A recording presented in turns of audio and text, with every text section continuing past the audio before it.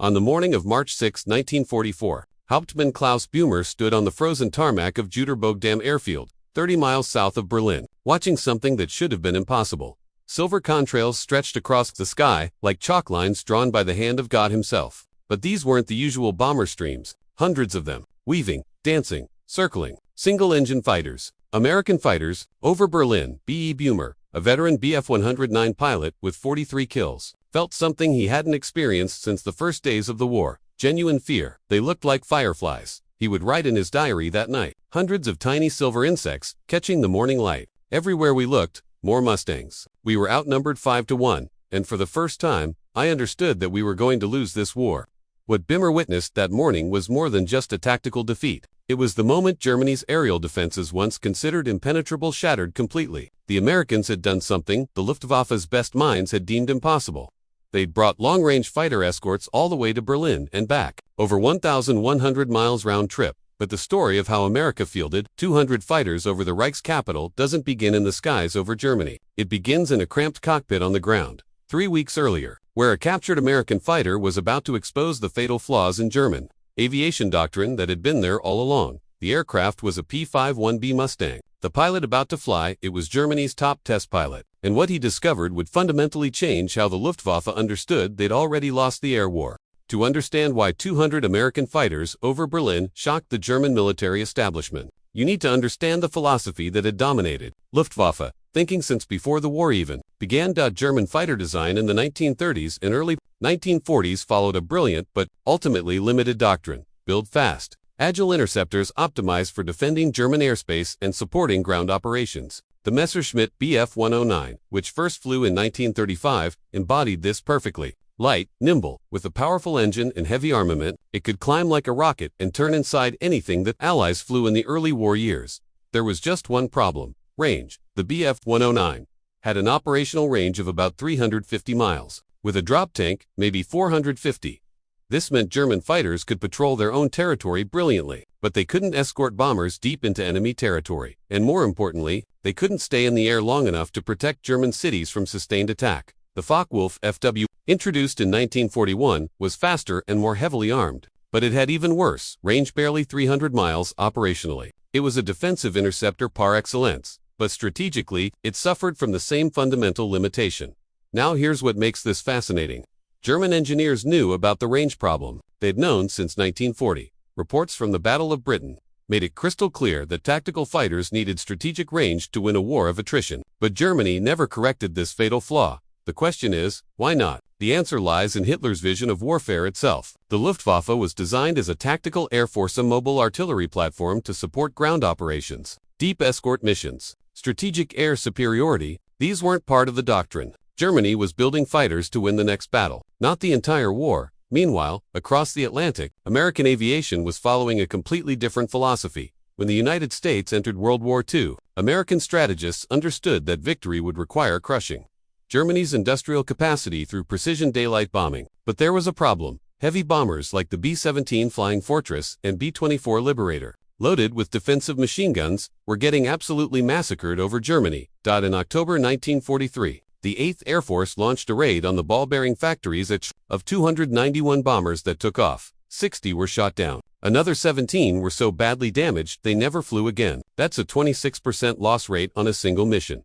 The American escort fighters of 1942 and early 1943 P-38 Lightnings and P-47 Thunderbolts were capable machines, but they couldn't escort bombers all the way to Berlin. The P-47 had a range of about 475 miles with drop tanks. Berlin was 600 miles from the English coast. German pilots knew that once Allied fighters turned back, the bombers were defenseless.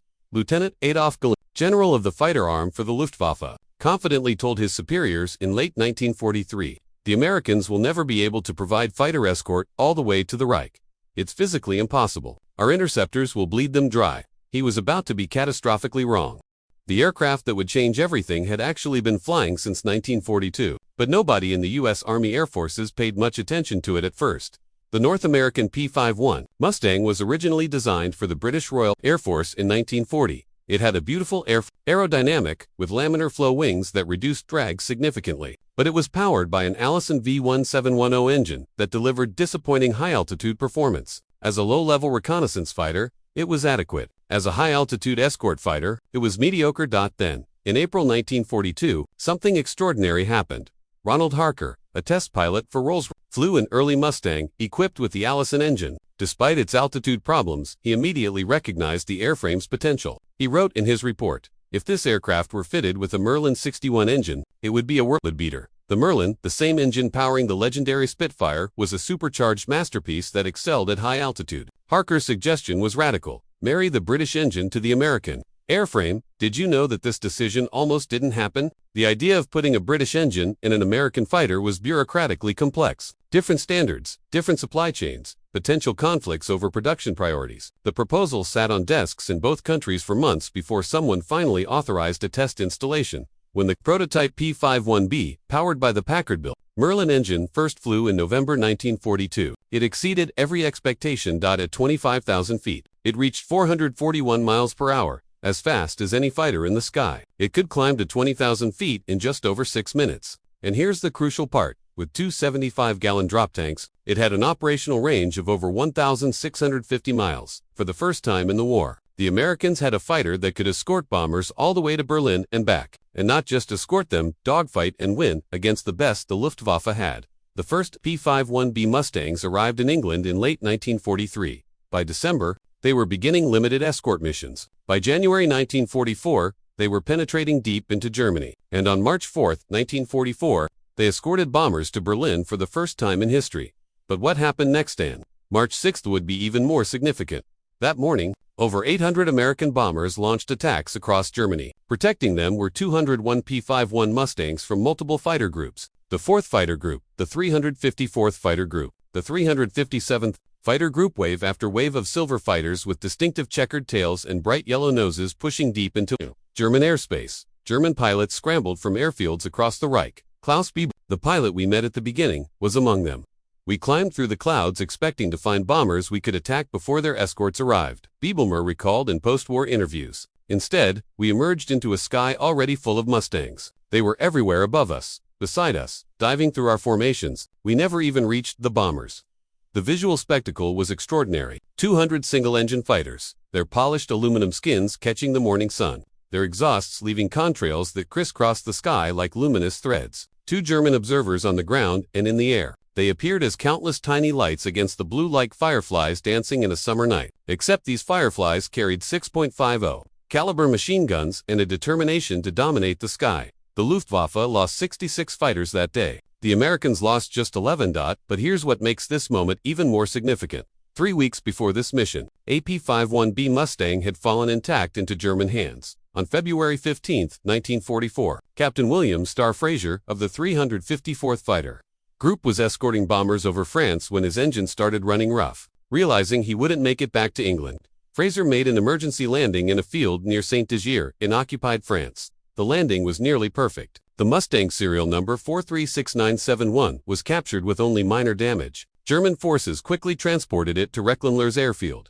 the Luftwaffe's premier testing and evaluation center, roughly 60 miles north of Berlin. This was Germany's equivalent to Wright-Patterson Air Force Base, where every captured Allied aircraft was brought for exhaustive evaluation. If there was a weakness to exploit, a design flaw to understand, a tactical advantage to gain, Recklin's pilots would find it. The man assigned to test fly Fraser's captured Mustang was Flak-Captain Hans Werner Lurch, one of Germany's most experienced test pilots. By 1944, Lurch had flown 125 different aircraft types, including dozens of captured Allied machines. He'd flown captured Spitfires, P-47 Thunderbolts, even a B-17 Flying Fortress. His evaluations were precise, technical, and brutally honest. On a clear morning in late February 1944, Lurch walked around the captured Mustang, conducting his pre-flight inspection. The aircraft still wore its original olive drab and neutral gray camouflage with American markings. German ground crews had repaired the minor damage and fueled it up with German aviation gasoline. Lurch climbed into the cockpit. The fit was tight but comfortable. Visibility was excellent, far better than a Bf-109. The controls felt solid under his hands. He advanced the throttle. The Rolls-Royce Merlin engine roared to life with a distinctive, throaty sound, different from German engines, smoother somehow. Lurch taxied to the runway, ran through his checks, and pushed the throttle forward. The Mustang surged down the runway and lifted off with remarkable ease. Lurch immediately noticed how light the controls felt compared to late-model German fighters. He climbed to altitude and began putting the aircraft through a systematic evaluation. He tested its maximum speed, 441 miles per hour at 25,000 feet, faster than a Bf-109G at that altitude. He tested its climb rate, exceptional, particularly above 20,000 feet where the supercharged Merlin engine excelled. He tested its turning performance, good, though not as tight as a Bf-109 in a sustained turn. He tested its range. With drop tanks, it could fly over 1,600 miles. No German fighter could match half that distance. When Lurch landed 90 minutes later, he immediately sat down to write his evaluation report. The document he produced would be filed away in Luftwaffe archives, only to be discovered decades after the war. The conclusion was devastating. The P-51B represents a new category of fighter aircraft. Its combination of range, speed, and combat effectiveness makes it the most dangerous opponent we have yet encountered. Our current fighters cannot match its operational capabilities. Most critically, the Mustang can escort bombers to any target in Germany and still have sufficient fuel to engage in prolonged combat. This aircraft fundamentally alters the strategic air war in the Americans' favor. And then came a sentence that captured the existential threat the Mustang represented. We are fighting the future with machines from the past. Lurch's report made its way up the chain of command. It reached Adolf Galland, general of the fighter arm. It reached Hermann Göring, commander of the Luftwaffe. Some historians claim Hitler himself saw it. Their reactions ranged from disbelief to fury. Göring reportedly told Galland, "It's impossible. No single-engine fighter can have that range. Your pilots are seeing things." But they weren't seeing things. And within weeks, the proof arrived in overwhelming force. Did you know that after March 6, 1944, the strategic situation deteriorated so rapidly that by late spring, German fighter pilots were being shot down faster than they could be replaced? In February 1944, the Luftwaffe lost 33% of its fighter pilots killed or seriously wounded. In March, that number climbed to 36%. By April, it was 43%. The Americans weren't just winning battles. They were systematically destroying the Luftwaffe's ability to resist. German pilots began calling the P-51s Indians because they seemed to be everywhere, attacking without warning. One pilot, Lieutenant Heinz Noack, wrote in his diary, "The Mustangs hunt us like we once hunted the British. Every mission now feels like a death sentence. We take off knowing that half of us won't be coming back." The psychological impact was as significant as the tactical one. For 3 years, Luftwaffe pilots had dominated European skies. They'd flown the best fighters, employed the most sophisticated tactics, and accumulated kill counts that were legendary. Now, suddenly, they were outmatched, not by better pilots. American fighter pilots in early 1944 were often less experienced than their German counterparts, but by better strategy and better equipment. The P-51 Mustang wasn't just a fighter. It was a strategic weapon that enabled the entire American daylight bombing campaign. Before the Mustang, bombing raids were suffering unsustainable losses. After the Mustang, German industry was systematically obliterated. By D-Day, on June 6, 1944, the Luftwaffe had been so thoroughly attrited that it could barely contest Allied air superiority over Normandy. German ground forces, accustomed to operating with friendly air cover, suddenly found themselves completely exposed to Allied fighter bombers and tactical air power. And it all came down to that one fundamental difference in design philosophy. The Germans had built brilliant tactical fighters for the war they expected, while the Americans had built strategic fighters for the war they got. The full impact of what Hans Werner Lurch discovered in that captured Mustang became undeniable during Operation Argument, a week-long series of massive bombing raids in February 1944, known as Big Week, between February 20th and 25th. American bombers launched coordinated strikes against German aircraft production facilities across the Reich. The strategic goal was simple: destroy Germany's ability to build fighters, thereby ensuring air superiority for the planned invasion of France. The missions were massive. On February 20th alone, over 1,000 bombers escorted by nearly 900 fighters struck targets in central Germany. The Luftwaffe rose to defend with everything it had. More than 500 fighters scrambled to intercept the American formations.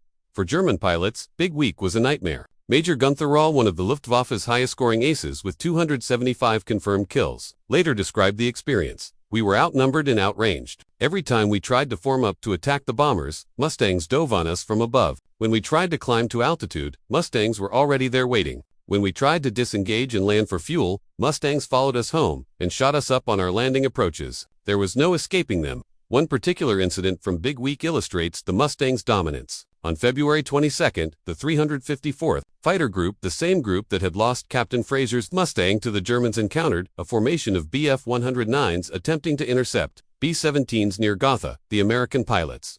led by Major James Howard, tore into the German formation.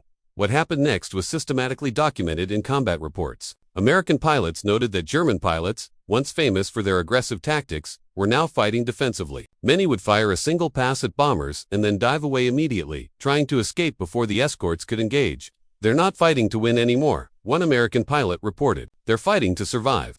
The numbers tell the story. During Big Week, the Luftwaffe lost approximately 355 fighter aircraft destroyed and another 90 damaged. More critically, they lost 100 pilots killed and 52 wounded, this in a force that was already suffering from chronic pilot shortages and inadequate training programs for replacements. American losses were also significant: 226 bombers and 28 fighters, but the crucial difference was sustainability. The United States was producing 4,000 fighters per month in training, 5,000 new pilots. Germany was producing 1,000 fighters per month and couldn't replace experienced pilots at all. Back at Hans Werner, Lurch continued testing captured Allied aircraft, and with each test flight, the strategic picture became clearer. After flying a captured P-47 Thunderbolt, he noted that even America's short-range escort fighters could now reach targets in western Germany with drop tanks. But the Mustang remained the most concerning. In March 1944, Lurch was ordered to compare the captured P-51B directly against Germany's latest fighters. In mock combat trials, they pitted it against a Bf-109G6, the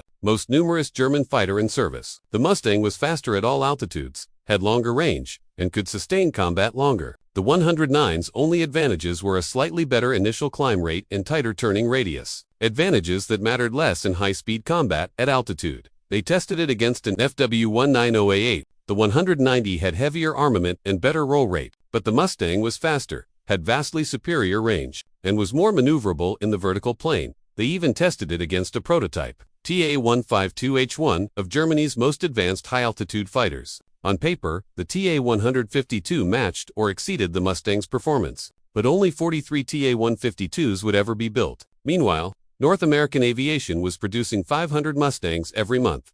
Lurch's final comparative report, submitted in April 1944, pulled no punches. Individual German aircraft can match specific capabilities of the P-51B, but no German fighter in production combines all its strengths: range, speed, ceiling, endurance, and combat effectiveness. More fundamentally, the Americans are producing these aircraft in quantities we cannot counter. Even if we developed a superior fighter tomorrow, we lack the industrial capacity and fuel supplies to produce it in sufficient numbers. The window for technical solutions has closed. The air war is now a war of attrition, and we are losing. The report concluded with a recommendation that was never implemented. Our only viable strategy is to cease offensive fighter operations, conserve our forces, and focus on defending critical targets with ground-based anti-aircraft artillery. Fighter forces should be husbanded for the coming invasion. But such rational strategic thinking had long since lost influence in Hitler's Germany. Instead, fighter pilots continued being thrown into hopeless battles against overwhelming odds.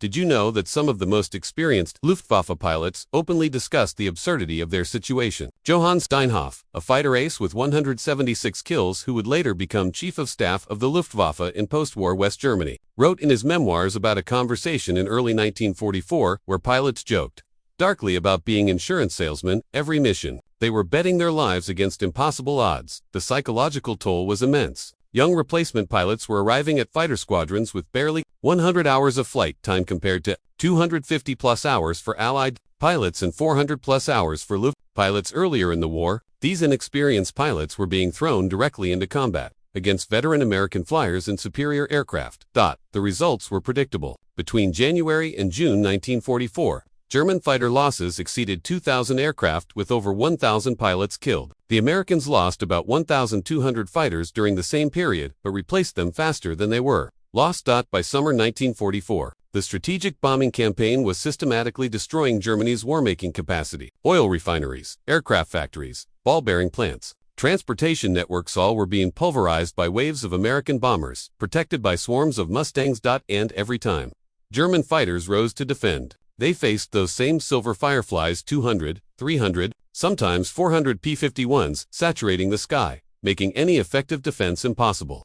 So what happened to the key players in this story? Captain William Starr Fraser, the pilot, whose captured Mustang revealed so much to German engineers, evaded capture after his emergency landing. He made contact with French resistance fighters and was smuggled back to England via the underground network. He returned to combat operations, survived the war, and flew 78 combat missions total. He later said that knowing his aircraft had been captured and tested bothered him less than you might think. By the time they figured out what it could do, we already had 1,000 more where that one came from. Hans Werner Lurch, the test pilot who evaluated Fraser's Mustang, continued flying captured Allied aircraft until Rechlin was evacuated in early 1945 as Soviet forces approached. After the war, he worked as a technical consultant and wrote his memoirs, Luftwaffe Test Pilot, which provided invaluable insights into German aviation development. He died in 1997 at age 84, respected in aviation circles worldwide for his technical expertise and honest assessments. Klaus Buber, the pilot who described the Mustangs as Fireflies, survived the war with 51 confirmed kills. He was shot down twice more after that March morning over Berlin, both times by P-51s. After the war, he became a commercial pilot and rarely spoke about his wartime experiences. In one of his few interviews in the 1980s, he said, "When I saw those 200 fighters over Berlin that morning, I knew the war was over. We just didn't know it would take another year and 1 million more dead to make it." Official, the 354th Fighter Group, unit that lost Fraser's Mustang, ended the war as one of the highest fighter groups in the European theater, with 701 confirmed aerial victories. They escorted bombers to Berlin 45 times between March 1944 and April 1945. Their combat effectiveness vindicated every decision that led to the Mustang's development. As for the captured P-51B serial number 43 to 6971, it was destroyed during an Allied bombing raid on Rechlin in August 1944. American B-17s, escorted by P-51 Mustangs, struck the test facility in a raid that destroyed dozens of aircraft, including Fraser's. The irony wasn't lost on anyone. Mustangs protecting bombers that destroyed the very place where the Mustang's capabilities had been analyzed. The broader strategic consequences were profound and immediate. Between March and June 1944, the Luftwaffe's fighter force declined from roughly 1,600 operationally ready aircraft to fewer than 500.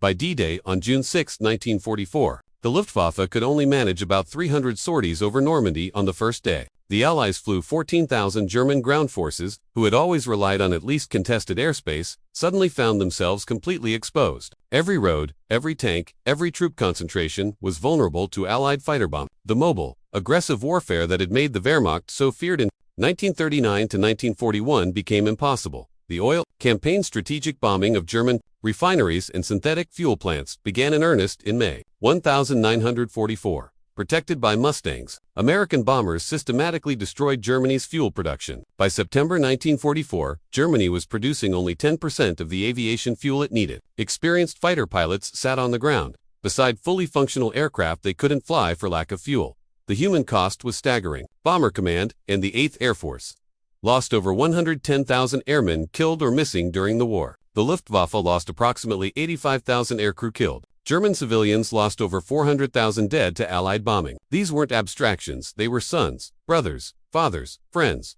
And yet, the strategic logic was inexorable. The bombing campaign, made possible by long-range fighter escort, shortened the war. Every month the air campaign destroyed German war production was a month less of fighting on the ground. Fewer casualties in places like Normandy, the Bulge, and the final push into Germany. It's worth asking, could Germany have prevented this? What if they'd recognized the need for long-range fighters earlier? The truth is, by 1943, it was already too late. Germany lacked the industrial capacity to simultaneously produce existing fighters, develop new ones, and transition production all while under increasingly heavy bombing. They lacked the fuel to train pilots properly. They lacked the strategic depth to absorb losses and rebuild. Most fundamentally, they lacked the political leadership willing to make rational strategic decisions. When Adolf Galland presented Hitler with proposals to drastically reorganize fighter production and doctrine in 1943, Hitler rejected them and instead demanded more bombers for revenge attacks on Britain. By the time everyone understood the severity of the crisis, the window for solutions had closed. The story of how 200 Mustangs over Berlin shocked German commanders isn't really about a single aircraft. It's about strategic vision, industrial capacity, and the willingness to adapt when circumstances change. Germany entered the war with brilliant tactical fighters optimized for the wrong mission. They won early battles brilliantly, but set themselves up for strategic failure. When the nature of the air war changed, they couldn't adapt quickly enough. America entered the war with inadequate fighters, but the right strategic framework. They recognized what they needed: long-range escort fighters and systematically developed solutions. The Mustang wasn't an accident. It was the result of clear-eyed assessment of requirements and pragmatic problem-solving. The captured P-51 at Rechlin simply confirmed what was already becoming apparent. The Americans had solved the fundamental problem of strategic air warfare, and Germany had no effective counter. When Hans Lurch climbed down from that captured Mustang and wrote, "We are fighting the future with machines from the past," he was acknowledging a truth that Germany's leadership never fully accepted. The war in the air was already over. Everything, after March 1944, was just the inevitable conclusion playing out. There's a broader lesson here about warfare and strategy. Technical excellence matters, but it's not everything. The Bf-109 was a remarkable fighter, agile, deadly, flown by some of the most skilled pilots who ever lived. But it was designed for the wrong war. Strategic flexibility matters. The ability to recognize when your assumptions are wrong and adapt accordingly matters. Industrial capacity matters. And perhaps most importantly, matching your tools to your actual objectives matters. The Germans needed fighters that could protect their homeland from strategic bombing. Instead, they had fighters designed to support ground operations in Poland, France, and Russia. By the time they recognized the mismatch, it was too late to correct it. Today, military planners study the Mustang not just as an aircraft, but as a case study in matching capabilities to strategic requirements. It's a reminder that winning battles doesn't always mean winning wars, and that the side that understands what the war is actually about has an advantage that technical superiority alone cannot overcome. On that clear March morning in 1944, when Klaus Bubermer looked up and saw 200 silver Fireflies dancing across the Berlin sky, he was witnessing the future of air warfare, a future where control of the air would be determined not by who had the best dogfighters, but by who could sustain operations at strategic range with overwhelming numbers. The Americans understood this. The Germans didn't or understood too late, and that made all the difference.